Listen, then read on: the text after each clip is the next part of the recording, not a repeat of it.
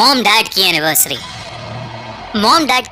पास आ रही थी, पर इस बार मेरे पास उन लोगों के लिए एक सरप्राइज था। मॉम डैड हमेशा हमारे स्पेशल डेज को और स्पेशल बनाने के लिए न जाने कितनी मेहनत करते हैं। तो इस साल मैंने उनके स्पेशल डे को थोड़ा और स्पेशल बनाने के लिए कुछ सोचा था। उनकी एनिवर्सरी वीकेंड पर थी और मॉम और डैड को पहाड़ों में ट्रैवल करने का बहुत शौक था। तो दरअसल प्लान ये था कि हमारी डेस्टिनेशन सिर्फ मुझे और मेरे छोटे भाई मिंटू को पता थी। मम्मी पापा के लिए ये सब कुछ एक सरप्राइज था। तो सैटरडे सुबह मैं मम्मी पापा और मिंटू को लेकर फैमिली ट्रिप पर निकल गया। मैंने अपने मोबाइल पर लोकेशन डाली हुई थी और पापा ड्राइव कर रहे थे। मैं उन्हें रास्ता बताता जाता, पापा उस रास्ते पर गाड़ी चलाते जाते। मॉम और डैड ने बहुत ट्राई किया पर मैंने अपनी लोकेशन रिवील नहीं की।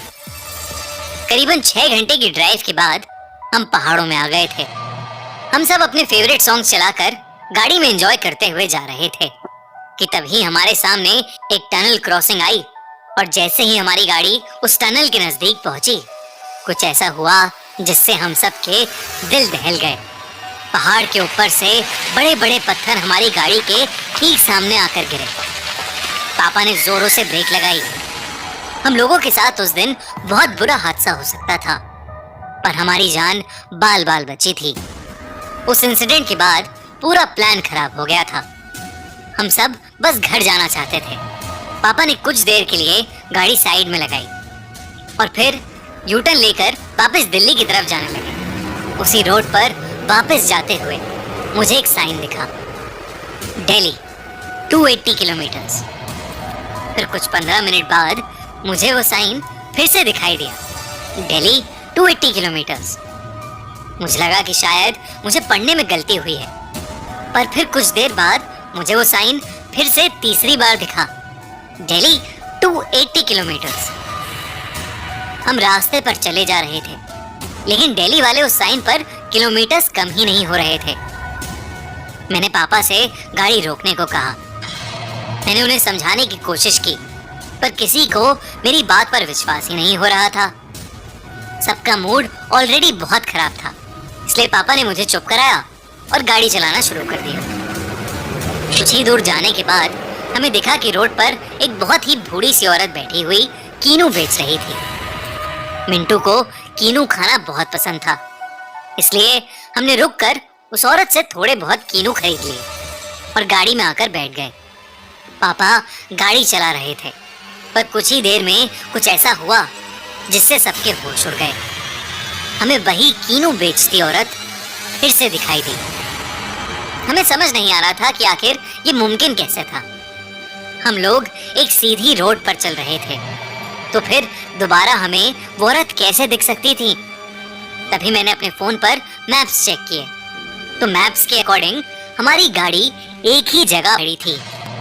हमें लगा कि शायद उस रोड पर नेटवर्क का इशू है, लेकिन हम सबको बेहद अजीब लग रहा था। पापा ने गाड़ी रोकी और उतरकर इधर उधर देखने लगे। तभी अचानक हमारी गाड़ी के शीशे पर एक आदमी ने जोरों से खटखट की। हम डर गए, पर मैंने गाड़ी की विंडो खोलकर उस आदमी से पूछा कि वो कौन है। उस आदमी ने मुस्कुराकर मुझसे कहा, आप लोग दिल्ली जा रहे हैं? ये रास्ता तो पहाड़ी गांव जाता है, आप यू टर्न ले लीजिए। इतना कहकर वो आदमी वहां से चला गया। पापा ने वैसा ही किया जैसा उस आदमी ने कहा, पर फिर 15 मिनट के बाद हम लोग उसी जगह पर वापस आ गए। पापा ने परेशान होकर गाड़ी रोक दी। अब सबकी हालत बहुत खराब हो गई थी और तभी फिर से किसी ने हमारी गाड़ी के शीशे को बजाया। हमारे रोंगटे खड़े हो गए जब हमने देखा कि गाड़ी के बाहर फिर से वही आदमी था जिसने हमें अभी कुछ देर पहले ही रास्ता बताया था। पापा गुस्से में गाड़ी से बाहर निकले।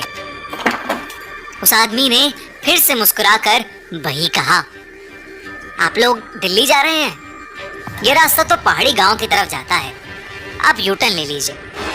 मेरे पापा को गुस्सा आ रहा था, लेकिन इससे पहले कि वो कुछ कर पाते, वो आदमी पापा की आंखों के सामने से गायब हो गया।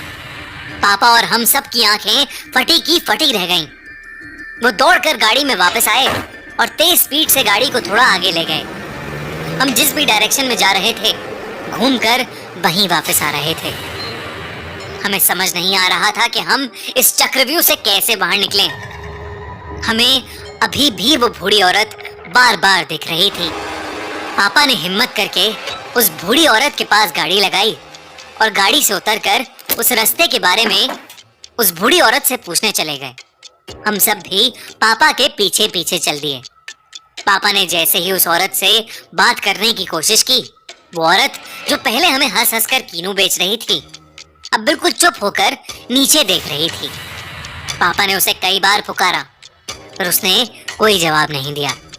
तभी पापा ने उस औरत के कंधे पर हाथ रखा और अचानक उस औरत ने झटके से पापा की तरफ देखा। उसके बाद जो हमने देखा वो हम आज तक नहीं भूल पाए हैं। उस औरत का आधा जबड़ा गायब था और उसके बचे हुए मुंह से खून टपक रहा था। पापा ने चीखते हुए हमें गाड़ी के अंदर बैठने को कहा और तेजी से गाड़ी भगाई। उस औरत को देखकर पापा की हालत इतनी खराब हो गई थी कि कुछ ही दूर जाते ही पापा से गाड़ी का कंट्रोल छूट गया और हमारी गाड़ी एक पेड़ से जाकर टकरा गई। मेरी आंख खुली तो हम सभी गाड़ी के अंदर ही बैठे थे और हमारी गाड़ी उसी टनल के सामने खड़ी थी जहां पर बड़े बड़े पत्थर गिरे हुए थे। पर अब उस टनल के सामने कुछ भी नहीं था, ना तो हमें और ना ही हमारी गाड़ी को एक खरोच तक आई थी। हम सबको लगने लगा था कि शायद हमारे साथ जो कुछ भी हुआ है वो रियलिटी नहीं थी। पर तभी मॉम ने देखा कि उनकी सीट के पास सड़े गले किनुओं से भरी एक थैली पड़ी थी। हमने तुरंत उन किनुओं को गाड़ी से बाहर फेंका और किसी तरह दिल्ली की तरफ निकल गए। हम सही सलामत वापस घर तो पहुंच गए, लेकिन उस दिन का डर आज भी हम सबके जहन में बसा है। हमारे साथ जो कुछ भी हुआ वो क्या था और क्यों हुआ हमें आज तक समझ नहीं आया। पर हम बस खुशकिस्मत हैं कि हम सही सलामत घर वापस आ गए। मम्मी पापा शायद अपनी इस एनिवर्सरी को कभी नहीं भूल पाएंगे और ना ही मुझे और मिंटू को कभी भूलने देंगे।